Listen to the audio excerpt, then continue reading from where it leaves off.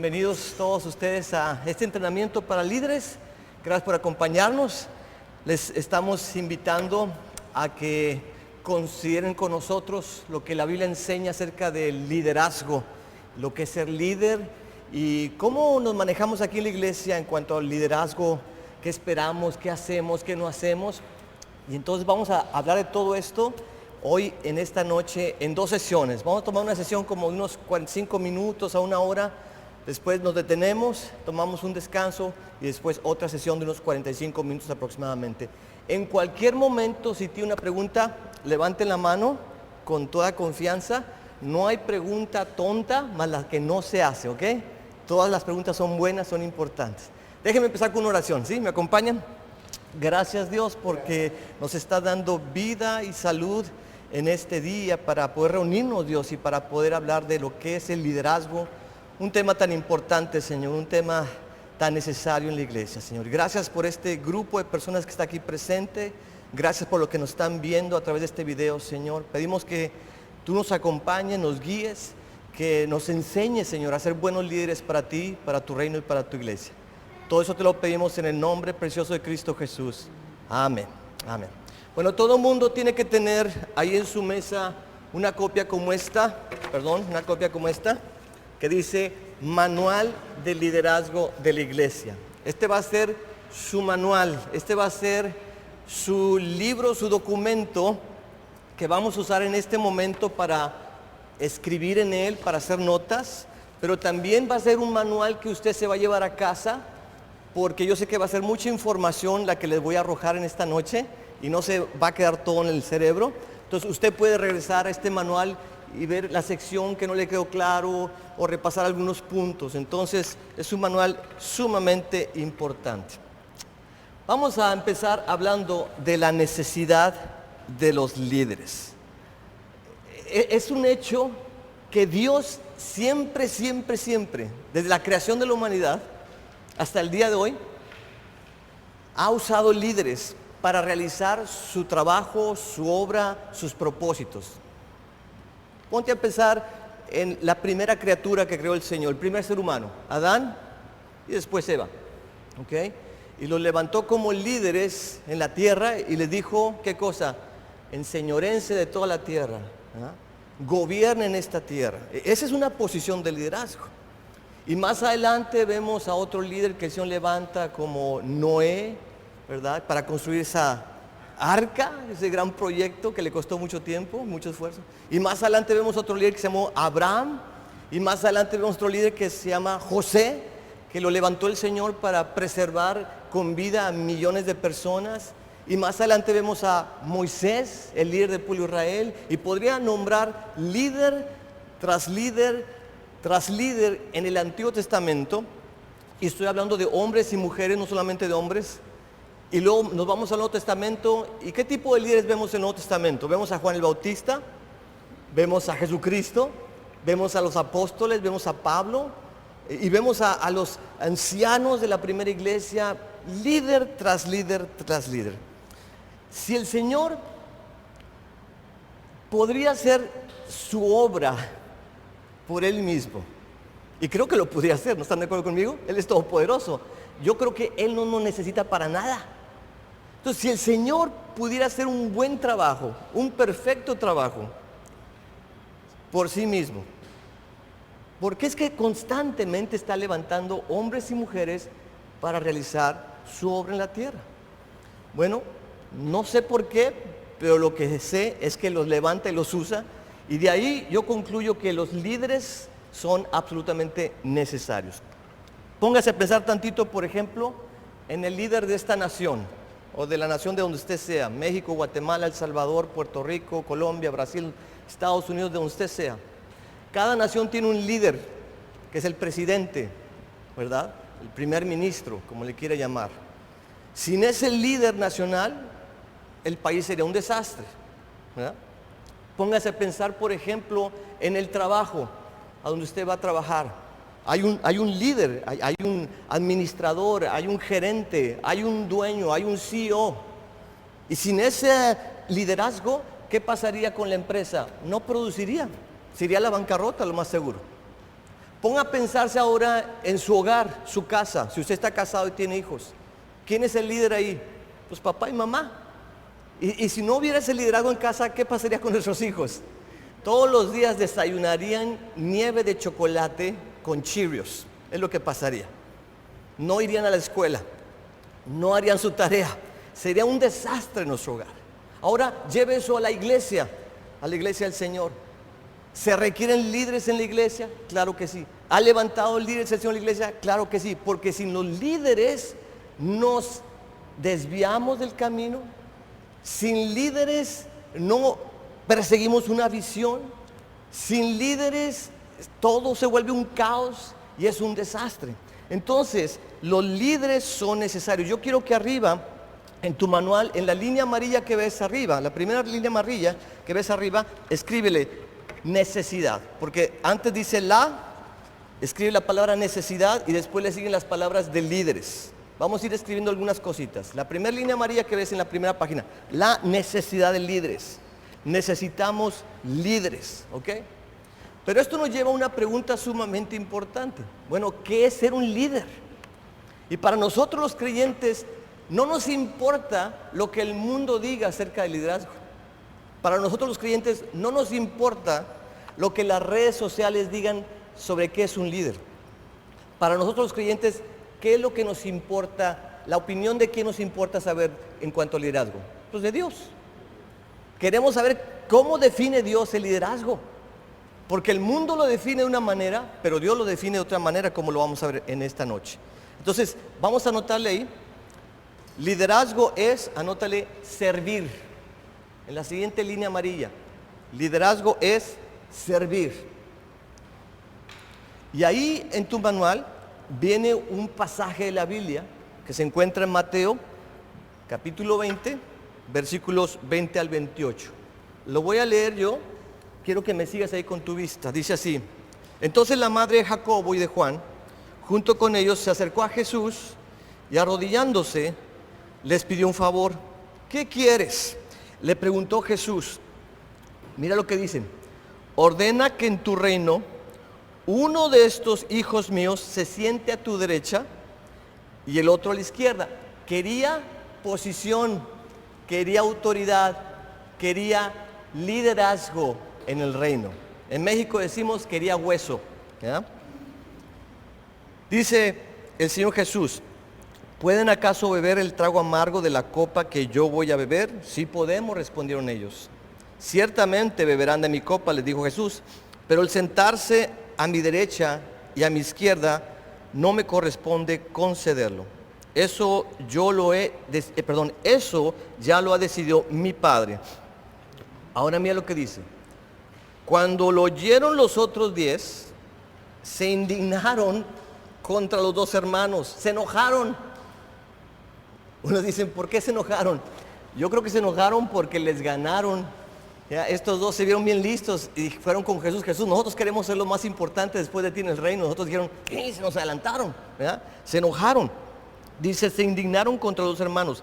Jesús los llamó y les dijo: como ustedes saben, los gobernantes de la tierra, los gobernantes de las naciones, es decir, los presidentes, los gobernadores, los alcaldes, los gobernantes de las naciones, dice Jesucristo, oprimen a los súbditos y los altos oficiales abusan de su autoridad.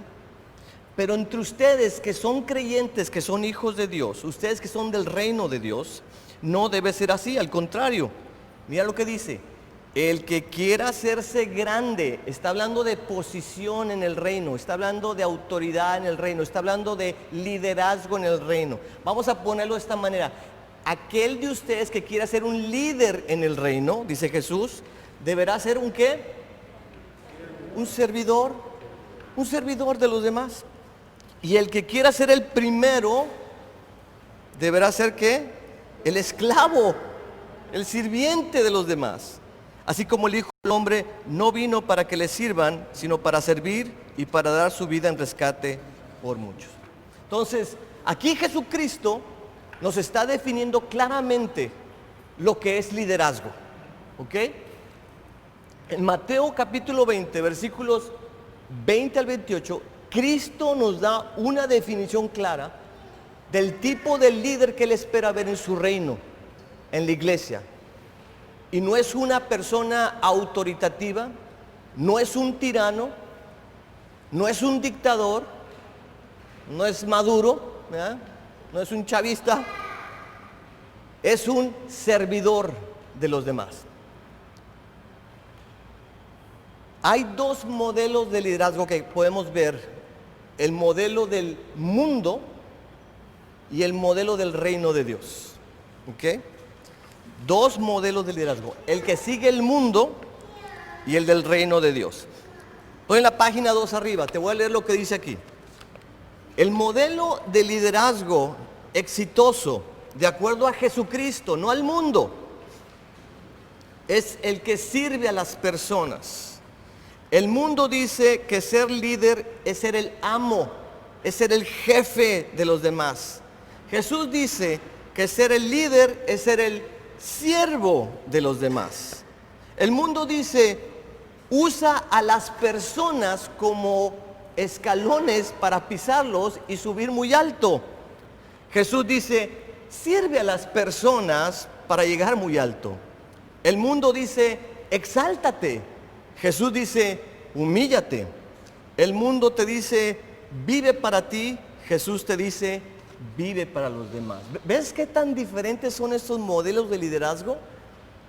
El del mundo, el de la sociedad, el de las compañías donde trabaja mucha gente hoy en día, y el modelo de liderazgo de Jesucristo en la Biblia. Hay una gran diferencia aquí.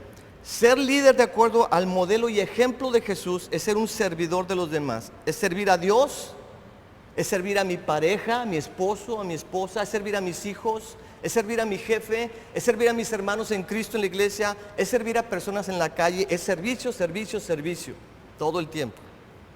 Hay grandes diferencias entre estos dos modelos, porque un modelo, el modelo del mundo te dice, ser líder es que tú seas el jefe de los demás, el amo de los demás. Y Jesús dice, no, no, el modelo del reino es que ser líder, tú eres el siervo de los demás. Entonces voy a proyectar aquí, no sé si lo van a alcanzar a ver, pero tenemos de este lado, de esta columna, el modelo del mundo donde dice sé jefe, y de este lado, el modelo más apegado al modelo bíblico, el modelo de la Biblia de ser líder.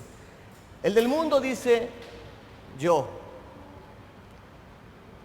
El verdadero líder dice, no, no, no yo, es nosotros, nosotros. El que quiere ser jefe, toma el crédito. Yo lo hice con mis fuerzas, con mi intelecto, con mi sabiduría. El que es apegado al modelo del reino, comparte el crédito con los demás. Dice, no, lo hicimos entre todos, fue un trabajo en equipo. El que es jefe, culpa a los demás por las crisis y los problemas. El que es como Jesús, ayuda a resolver las crisis. El que quiere ser jefe, se ordena, ¿verdad? Apunta, saca el dedo, tú haces esto, tú haces esto, tú haces esto. Pero el que es apegado al modelo de Jesús, solicita ayuda. Y además él se ofrece como un ayudante. Dice, yo también quiero ayudar, yo no más voy a ordenarte, yo también voy a cooperar. El que quiere ser jefe, utiliza a las personas, las usa como si fueran objetos. El otro desarrolla a las personas, las hace que se levanten, las equipa, las entrena, les comparte recursos. No se trata de mí nada más, se trata también de ti, se trata del reino. El que quiere ser jefe inspira miedo. Lo voy a hacer porque mi jefe me dijo y si no lo hago me va a ir bien mal. Y esa es la motivación que se usa para hacer que la gente trabaje. El que es líder genera entusiasmo, no motiva a las personas en base al temor, sino que inspira en base a una visión. El que quiere ser jefe maneja a los empleados. El que quiere ser líder trabaja con los empleados como colaborador. De posición, de autoridad, de que no, ese trabajo no es para mí, eso es para los que hacen la limpieza de la iglesia. No. Tu mentalidad y la mía todo el tiempo debe ser ¿cómo puedo servir a mis hermanos en esta congregación? ¿Cómo puedo servir al Señor? Aunque me rebaje a lo más bajo, a lo más sucio, a lo más cochino. Y si tú tienes esa mentalidad, Dios te va a levantar. Pero mientras tú quieras ser exaltado, tú tengas la mentalidad de que yo quiero ser aquí visto, yo quiero que el pastor me dé una posición para que me vean, yo quiero que me pongan en el stage para que todo el mundo me vea y me aplauda, el Señor, por quererte exaltar, te va a humillar, te va a poner a mero abajo. Así es como funcionan las cosas en el reino de Dios. Es un reino patas para arriba, todo siempre es lo opuesto. Dice Jesús, el que quiera vivir tiene que morir, el que quiera ser el primero tiene que ser el último, ¿verdad? Entonces, el que quiera ser líder tiene que ser el siervo de los demás. Entonces, esa es la primera definición que encontramos en la Biblia de lo que es ser un líder. ¿Está claro? ¿Tienen alguna pregunta de esa definición? Sí, Esteban.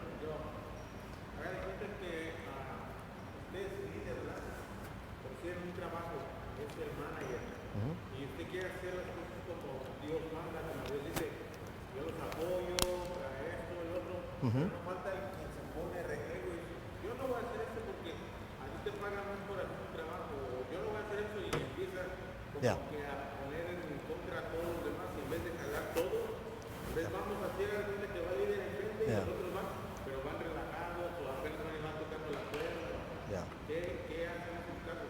¿Seguir aguantando? ¿Renunciar, buscar otro lado? Ok, entonces la pregunta de Esteban es, cuando estoy en mi trabajo y alguien dice, hay esta tarea que hacer, y uno o varios dicen, yo no voy a hacer esa tarea. Entonces, ¿qué hacemos ahí?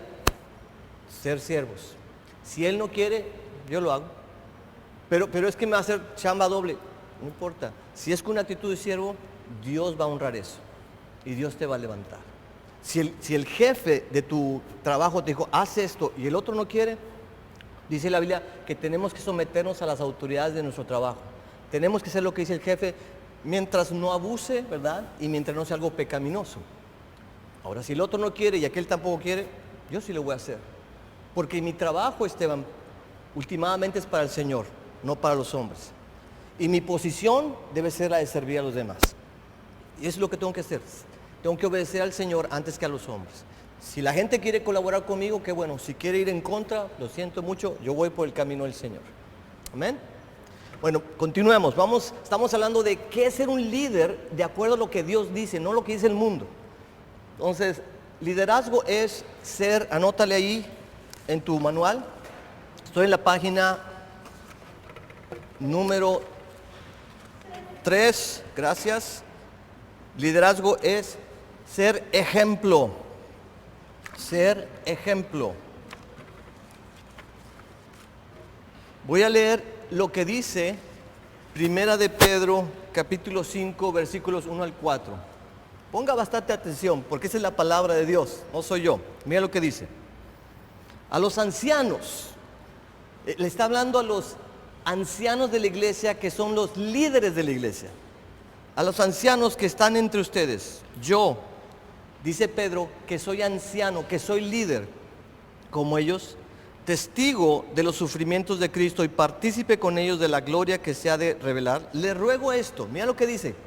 Yo como líder le digo a ustedes, líderes de la iglesia, cuiden como pastores el rebaño de Dios que está a su cargo. Está hablando de líderes de la iglesia que tienen que cuidar a las ovejas. No por obligación, no porque te dice el pastor, no por ambición de dinero, porque ni siquiera se te va a pagar en la iglesia, sino con afán de, ¿qué dice? Servir. Volvemos otra vez, se trata de servir, como Dios quiere. No sean tiranos, no sean dictadores, no sean autoritativos con los que están a su cuidado. Mira lo que dice ahora, sino que sean, ¿qué? Ejemplos. Sean ejemplos para el rebaño, para las ovejas. Así cuando aparezca el pastor supremo, ustedes recibirán la inmarcesible corona de gloria. Está diciendo Pedro aquí, líderes, sean ejemplo para la demás gente. Primero Jesús dijo, líderes, sean siervos. Ahora está diciendo, líderes, sean ejemplo. Mira lo que dice ahora Pablo en primera de Timoteo 4:12, no está ahí, está en la página siguiente el versículo, lo voy a leer rápidamente. Dice, que nadie te menosprecie por ser joven, Timoteo. Era un pastor de una iglesia, muy joven. Dice, al contrario, que los creyentes vean en ti un ¿qué? Un ejemplo a seguir en la manera de hablar, en la conducta, en amor, fe y pureza. Entonces ahora la Biblia nos está diciendo que para ser líder tengo que ser un ejemplo para los demás. Mira lo que te voy a proyectar acá. Somos profundamente impactados por el ejemplo de otros, ¿no es cierto? Desde que nacemos, desde que somos bebitos, el ejemplo de otros nos impacta. Mira estas fotos que te voy a mostrar. Mira este niño. ¿Por qué crees tú que está tomando esa pose con su mano? Porque papá lo está haciendo, ¿no es cierto? Porque está viendo el ejemplo de papá. Mira esta niña. ¿Por qué nuestros hijos hacen lo que hace esta niña? Nos ven a nosotros hablando con un celular y ellos también quieren hablar con un celular. Están viendo nuestro ejemplo, son impactados y ellos imitan nuestro ejemplo. Mira este otro. ¿Ya? Allá en mi casa me pasó algo similar, mas no con mis hijos, que son los que se deben de rasurar, sino con mi hija, con Casey. Un día me vio rasurando, al siguiente día, chiquitita, como de 4 o 5 años, agarró el rastrillo y se empezó a rasurar y se cortó la pobre. ¿Ya? Fue una rayita aquí chiquita, pero vio mi ejemplo y lo trató de imitar. Entonces, la Biblia nos dice que es bien importante el ejemplo que demos a los demás. Nada es tan contagioso como el ejemplo. Mira estos dos hombres caminando con las manos acá atrás y el niño caminando con las manos atrás. Mira cómo duerme y mira cómo duerme su bebé. Cómo todo mundo copia el ejemplo de otras personas. Entonces, Pedro y Timoteo y Pablo nos hacen ver lo profundamente que somos impactados por el ejemplo de otros. Ponte a pensar cuando tú eras niño. ¿A poco no querías ser como era tal vez tu hermano mayor o tu hermana mayor? Bueno, en algunos casos no, lo voy a reconocer. Cuando eras adolescente, ¿a poco no querías ser como un gran jugador de fútbol, soccer, o un gran jugador de béisbol, o una bailarina, o una cantante muy popular? ¿Por qué? Porque veíamos a la persona y decíamos, yo quiero seguir ese ejemplo, yo quiero ser como esa persona. La gente siempre está buscando el ejemplo de otras personas y somos impactados. ¿Por qué es tan importante el ejemplo de los demás? 2 razones. Razón número 1, porque normalmente aprendemos más por lo que vemos que por lo que oímos. Si una persona va a aprender de mí más por lo que me ve hacer a mí que por lo que le pueda predicar, entonces ¿qué debo de cuidar? Mi ejemplo. Entonces, por ejemplo, yo les he dicho un montón de veces, yo como cristiano tengo ciertas libertades, pero yo nunca voy a usar esas libertades, porque yo sé que hay gente que me está viendo como pastor. Y si doy un ejemplo, posiblemente voy a hacer un ejemplo negativo para algunas personas y voy a hacer una piedra de tropiezo para ellos y prefiero no dar un mal ejemplo. Lo que estoy tratando de hacer es esforzarme para tratar siempre, lo más que pueda, dar un buen ejemplo. Porque repito, aunque yo predique todos los domingos aquí y la gente me escuche, muy posiblemente lo que más va a ver la gente es mi ejemplo. Mi ejemplo. Entonces, todo líder debe acordarse de eso, que siempre va a ser un ejemplo para los demás. La segunda razón por la cual el ejemplo que demos es sumamente importante es porque tú nunca vas a poder llevar a nadie más lejos del lugar al cual tú has llegado. Lo voy a repetir. Con tu ejemplo, tú estás diciendo a la persona que está detrás de ti, haz esto, pero esa persona nunca va a ir más lejos de tu ejemplo si tú no lo haces. ¿Qué quiero decir con esto? Por ejemplo, hubiera sido muy fácil que Jesucristo le hubiera predicado a los 12 acerca de la importancia de orar. Aquí les voy a una predicación, la oración, y la Biblia dice la oración. Pero los discípulos veían que Jesús se levantaba temprano para apartarse a lugares para orar. Y lo veían que los dejaba de repente a ellos 12 y se iba a los montes para orar. Y un día le dijeron: Jesús, enséñanos a orar como tú oras. No es que ellos no sabían orar, pero decían: hemos visto tu ejemplo y nos impacta tu ejemplo de oración, y yo quiero orar como tú oras, Jesús. Entonces, ponte a pensar ahora como líder. Otra vez, me voy a poner yo en mi papel de pastor. Si yo predico todos los domingos sobre la oración, la gente va a decir: ah, qué bonito mensaje. Pero si la gente no me ve orando, ¿qué crees que va a pensar la gente? Puras palabras.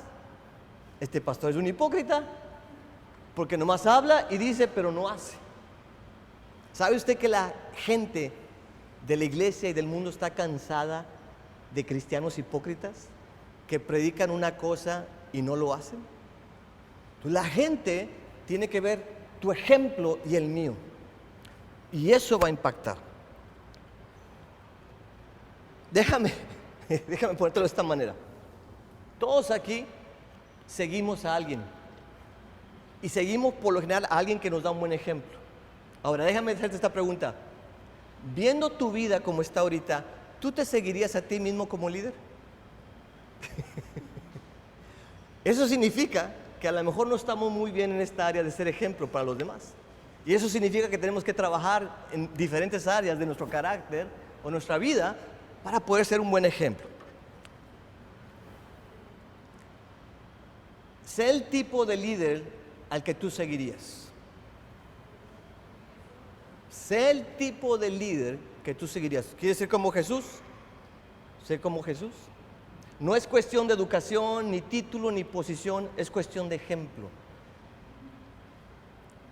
Dice en Timoteo: sé ejemplo de todo, Timoteo, en tu manera de hablar. Mira lo que dice acá: cuidado, ella, o sea, la lengua, puede ser venenosa. Tenemos que ser ejemplo en lo que decimos y cómo lo decimos, hermanos. Tenemos que ser ejemplo absolutamente en todas las áreas de nuestra vida. Mira lo que dice aquí esto. Un padre le dijo a su hijo: ten cuidado por donde caminas. El hijo le respondió: ten cuidado tú, papá, recuerda que yo sigo tus pasos. ¿Qué es el padre para el hijo? Es un líder. Entonces, si usted quiere ser líder, usted tiene que tener mucho cuidado cómo está caminando su vida, porque detrás de usted hay gente que lo está siguiendo y está viendo su ejemplo. Y usted quiere ser un buen ejemplo para esas personas y no un mal ejemplo. Amén. 10 áreas donde los líderes de esta iglesia tienen que ser ejemplo. ¿Están listos? A ver si no se desmayan. Primera área: puntualidad. Si soy líder de la iglesia, si voy a dar ejemplo a los demás, tengo que empezar por llegar a tiempo a las reuniones. Tengo que romper con la maldición de Moctezuma, ¿ya? La maldición mexicana, latinoamericana, de que bueno, dijeron a las 3, me salgo de la casa a las 4 para llegar a las 4:30 porque sé que va a empezar a las 6. No sé si se ha dado cuenta, en esta iglesia, aunque tenemos mucha gente latina, cuando decimos el servicio empieza a las 10, empezamos a las 10. Cuando decimos la reunión empieza a las 7, empezamos a las 7. Damos 2-3 minutos de gracia, ¿verdad? Tampoco somos tan fariseos y tan estrictos, pero tratamos de ser puntuales. Entonces, si usted está considerando ser líder de esta congregación, tiene que ser puntual en todo, hermano, en todo. Los americanos, si tú les dices la reunión es a las 2, ¿sabes a qué hora llegan ellos? A la 1:30. Y todavía te dicen, creo que llegué tarde. El latino le dices, es a las 2 y llegan a las 4. Y dicen, creo que llegué temprano. Hermanos, seamos puntuales, seamos ejemplo en la puntualidad. Otra área donde queremos que los líderes de la iglesia sean bien de ejemplo asistencia. ¿Verdad? Que si estamos, por ejemplo, los domingos en la reunión, yo sé que a veces si hay una enfermedad y no podemos venir, no hay problema, no podemos asistir. Yo sé que de repente se descompuso el carro, cayó la nieve aquí en Chicago, cayeron 20 pies de nieve, no podemos salir de la casa, no hay problema. Pero mientras esté en nuestro control, vengamos puntualmente y asistamos a las reuniones. Y de esa manera damos ejemplo. Tercer área, el área de la oración. Nuevamente, si somos cristianos, si creemos en Dios, si creemos lo que dice la Biblia, la importancia de la oración, pues tenemos que dar ejemplo en esto. Entonces, para empezar en casa, aquí va una pregunta, no me contestes, es una pregunta retórica. ¿Estás orando en casa? ¿Estás orando con tu familia? ¿Estás orando con tu pareja si estás casado? ¿Estás orando con tus hijos? Porque si no damos ejemplo en casa, ¿cómo vamos a venir a dar ejemplo en la casa de Dios? Tenemos que empezar por ahí. Entonces aquí en la iglesia, por ejemplo, tenemos reuniones de oración prácticamente todos los días. Entonces le decimos a los líderes, queremos que vengas a cuando menos una reunión de oración a la semana. Una. Y duran como una hora. Hay unos que vienen en persona ahorita por la pandemia, hay unos que se conectan por Zoom, pero seamos un pueblo de oración. Seamos ejemplo en eso. Otra área donde les pedimos a los líderes de esta iglesia que sean ejemplos es los diezmos y las ofrendas. Y es un área donde quiero decirte que gente me ha dicho, lo siento pastor, no puedo ser líder. A veces, como decía Martín Lutero, el ser humano requiere de dos conversiones. Primero la conversión de su corazón y después la conversión de su cartera. Y hay hermanos que dicen, yo ya me convertí, yo creo en Cristo y soy salvo, pero cuando le hablas pero la Biblia habla de los diezmos y las ofrendas, y hay que dar, no, yo ahí no concuerdo, no me gusta, no puedo, es del Antiguo Testamento, ¿qué van a hacer con el dinero, papá? Si tú te vas al Nuevo Testamento, inclusive el Antiguo Testamento, muchas veces cuando se seleccionaba líderes, dice que tengan ciertas características, y una de ellas, que no amen el dinero, que no amen las malas ganancias, que no sean avariciosos, que no sean codiciosos, que no tengan problemas con el dinero, vaya. Y una manera de dar ejemplo de eso es siendo fiel en mis diezmos y mis ofrendas. Otra área donde tenemos que ser de ejemplo para los demás es en el área de discipulado. Vamos a ver en un momento más que la visión de esta iglesia es ser y hacer discípulos que hacen discípulos. Hace unos domingos atrás hablé sobre la misión que Cristo le da a la iglesia y es hacer discípulos. Entonces yo tengo que dar ejemplo siendo discipulado por alguien y a la vez haciendo discípulos de otras personas. Otra área es la alabanza. ¿A qué me refiero con eso? Pues que en tu casa alabes, que en tu carro alabes, y cuando vengas a las reuniones, pues que se vea que alabes. Alabamos de diferentes maneras, no estoy diciendo que te deschongues, ¿verdad? Que te quites los zapatos y empieces a brincar como chapulín, aunque se vale y lo puedes hacer, pero que se muestre alguna alabanza, porque de repente tenemos gente en la congregación que está en alabanza y están así, están en el teléfono, en el Facebook. Le decimos, ¿qué pasa? Porque si tú haces eso, le estás dando un mal ejemplo a los demás que están a tu alrededor. Yo no sé si ustedes han visto esto, pero aquí en esta iglesia de repente estamos en el servicio y se sientan muchas veces los jovencitos en la última fila. Y en el tiempo de la alabanza, ¿saben qué están haciendo muchos de esos jovencitos? Están todos ahí en su video game. Ahí están, en el tiempo de la alabanza. Y ese es el ejemplo que le están dando a nuestros niños. Entonces, muchas veces le decimos a los papás, traigan a sus niños, involúcrenlos en la alabanza. Papás, alaben ustedes para que sus hijos alaben. O sea, tenemos que dar un ejemplo para esas generaciones. Otra área donde les pedimos a los líderes que sean ejemplo es en el área de poner atención a la predicación. A un supermercado a comprar tus tortillas y tu aguacate y ponen ahí el de música de fondo, el jarabe tapatío, tan, tarán, tan, y empiezas, tan, tan, tan, tan, tan, ¿ya? ¿Qué pasó? Fuiste influenciado, aunque tú no quisiste, por esa música en ese momento. Todo el tiempo estamos siendo influenciados. Mira, ahorita hay un montón de gente que todavía no quiere salir de su casa. ¿Sabe por qué? Porque está influenciada negativamente por las redes sociales que han infundido un gran temor y no quieren salir de su casa todavía. Entonces todos somos influenciados, esa es una realidad. La segunda realidad es que hay una influencia que puede ser positiva y hay una influencia que puede ser negativa. Y la tercera realidad, el tercer hecho de la influencia es que Dios quiere que tú seas una influencia positiva para las personas. Bien importante. Primera de Corintios 15:33 dice así: no se dejen engañar, las malas compañías corrompen las buenas costumbres. ¿Qué quiere decir ahí Pablo? Que no seas tontito, porque si te juntas con gente mala, que es una influencia mala, adivina qué va a pasar contigo. Vas a terminar siendo una persona mala, ¿verdad? Dice Pablo, las malas compañías corrompen. Si tú andas pasando tu tiempo con gente que todo lo que hace es chismear y chismear y chismear y chismear, adivina qué va a pasar contigo. Vas a terminar chismeando de otros. Pablo dice, las malas compañías corrompen las buenas costumbres. Entonces hay influencias positivas, hay influencias negativas. Mira lo que dice el Proverbio 13:20. El que anda con sabios, ¿sabio qué? Será.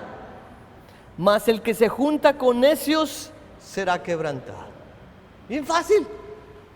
En otras palabras, como dice el dicho mexicano, dime con quién andas y te diré quién eres. O como dice mi esposa, el que duerme con niños amanece mojado. Eso significa que si estás cerca de alguien, te va a impactar su vida. Por estar cerquita de alguien, te va a mojar. Te va a pasar algo positivo o te va a pasar algo negativo. Entonces, cuando se habla del liderazgo, nosotros tenemos a nuestro alrededor gente. Y lo que Dios quiere es que tú y yo seamos una influencia positiva para esa gente. 5 verdades acerca de la influencia. Número 1, Dios quiere que seas una influencia positiva. Mateo 5:13 al 16, ahí Jesucristo dice, hey, quiero que seas sal y quiero que seas luz. No que seas salado, sino que seas sal. ¿Qué significa eso, pastor? En los tiempos de Jesús, la sal se usaba para impedir que se echara a perder cierta comida. Entonces tomaban, por ejemplo, un pescado y como no había refrigeración, pues el pescado se echaba a perder. Pero si tomaban el filete del pescado y lo cubrían de sal por los 2 lados, ¿sabes qué hacía la sal? Hacía que el pescado no se echara a perder, que no se corrompiera.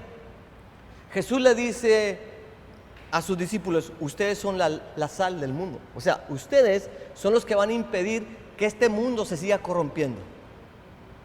Pero sean sal, sean una influencia positiva. Ustedes son la luz, porque en este mundo hay mucha oscuridad, muchas tinieblas. Resplandezca esa luz. Sean una influencia positiva. Entonces Dios quiere que seas una influencia positiva. Siguiente verdad, si usas tu influencia bien, Dios te dará más. En otras palabras, si eres fiel en lo poco, Dios te pondrá sobre más.